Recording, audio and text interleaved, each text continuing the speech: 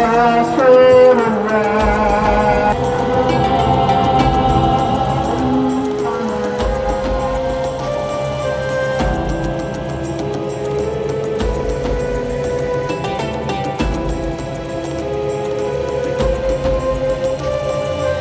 ملتان جو کہ مدینۃ الاولیاء بھی کہلاتا ہے، اولیاء اکرام کی سرزمین بھی کہلاتا ہے، اولیاء اکرام کی وجہ سے، خوبصورت اور دیدہ زیب عمارتوں کی وجہ سے، مقبرے میناروں کی وجہ سے، مساجد کی وجہ سے اپنی پوری دنیا میں جو ہے الگ پہچان رکھتا ہے۔ انہی مساجد میں سے آج ہم موجود ہیں جامع مسجد غوثیہ حامدیہ میں۔ آج کی اس ویڈیو میں ہم آپ کو اسی مسجد کی زیارت کروائیں گے اور اسی کے متعلق ہم تھوڑا بتائیں گے آپ کو۔ اسی کے ساتھ میں ہوں سفیان علی اور آپ دیکھ رہے ہیں WM ٹریول۔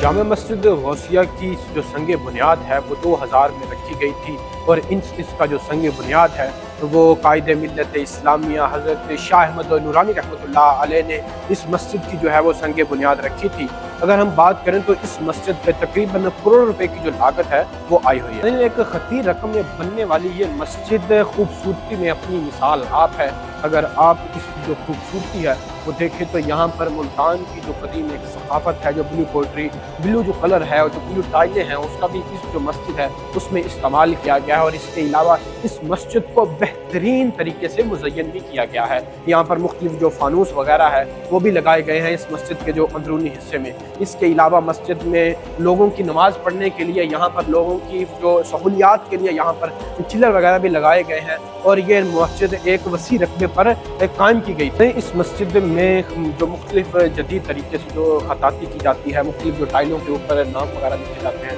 وہ بھی جو مسجد کی جو اندرونی حصہ یہاں پر مختلف ٹائلیں وغیرہ لگی ہوئی ہیں، جس میں نہ صرف قرآنی آیات لکھی ہوئی ہیں، اس کے علاوہ صحابہ اکرام رحمۃ اللہ علیہ، اس کے بعد تابعین جو تھے ان کے بھی یہاں پر جو نام وغیرہ لکھے گئے ہیں۔ اس کے ساتھ ہی جو مختلف اولیاء اکرام ہیں ان کی جو اندرونی جو جگہ ہے اس میں مختلف اولیاء اکرام کے نام بھی لکھے گئے ہیں، اور اسی طرح مختلف خوبصورت انداز میں جو کاشتکاری ہے اس کا جہاں پر کام کیا گیا ہے، جو کہ نہ صرف ملتان میں یہ اپنی جو مسجد ہے پہچان رکھتی ہے، بلکہ پوری دنیا میں اس جو مسجد ہے اس کا الگ سے ایک خاص مقام ہے تعمیرات کے حوالے سے۔ اس جامع مسجد کی نہ صرف اندرونی حصے پر جو مختلف ٹائلوں وغیرہ پر جو مختلف آیاتیں وغیرہ ہیں اس کو مزین کیا گیا ہے، اس کو لکھا گیا ہے، بلکہ اس کی جو باہر والا جو حصہ ہے، باہر والی جو سائڈ ہے، اس پر بھی مختلف قرآن مجید کی آیتیں وغیرہ تو لکھی ہوئی ہیں۔ اس کے ساتھ ہی اللہ رب العزت کے جو مبارک نام ہیں ایک طرف وہ لکھے گئے ہیں، اور دوسری طرف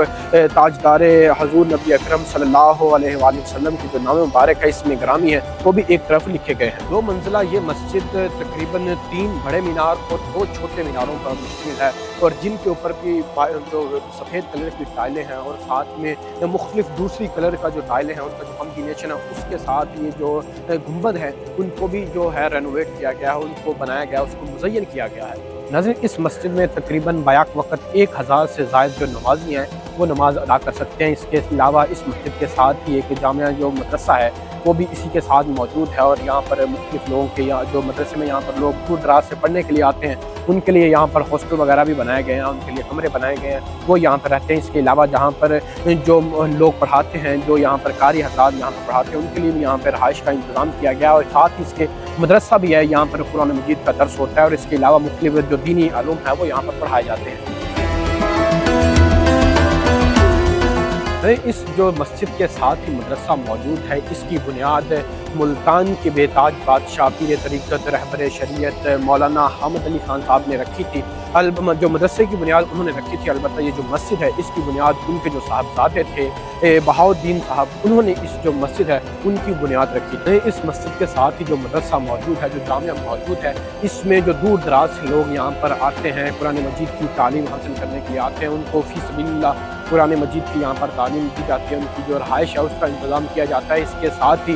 ان کو جو فری میں کھانا بھی مہیا کیا جاتا ہے، جو یہاں پر قرآن مجید کی تعلیم حاصل کرنے کے لیے جو اسٹوڈنٹ یہاں پر تشریف لاتے ہیں۔ یہ مسجد قلعہ کوہنہ قاسم باغ ملتان میں جو اسٹیڈیم ہے اس کے بالکل اپوزٹ سائڈ پر یہ مسجد بھی واقع ہے، یہ مدرسہ بھی واقع ہے، اور اسی کے ساتھ جو مقبرہ ہے وہ بھی قلعہ کوہنہ قاسم باغ میں موجود ہے۔ اگر ہم اس مسجد کی آپ کو آخر میں اوور ویو دیں تو یہ مسجد نہایت ہی شاندار ایک فن تعمیر ہے،